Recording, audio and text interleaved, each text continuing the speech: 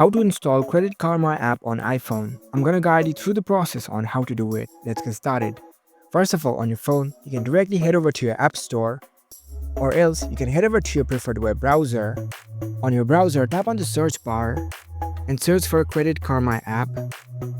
You will see the Credit Karma app link over here. It'll link you to the app store. You can even see the install option over here. You can simply tap on this install button. Right now, I'm in my Android phone, so it took me to my Google Play Store. If you're on your iPhone, it'll take you to the App Store. The download process is pretty much similar. After you're in this app space, over here instead of this open button, you will see the install button in the Android and get button in your iPhone.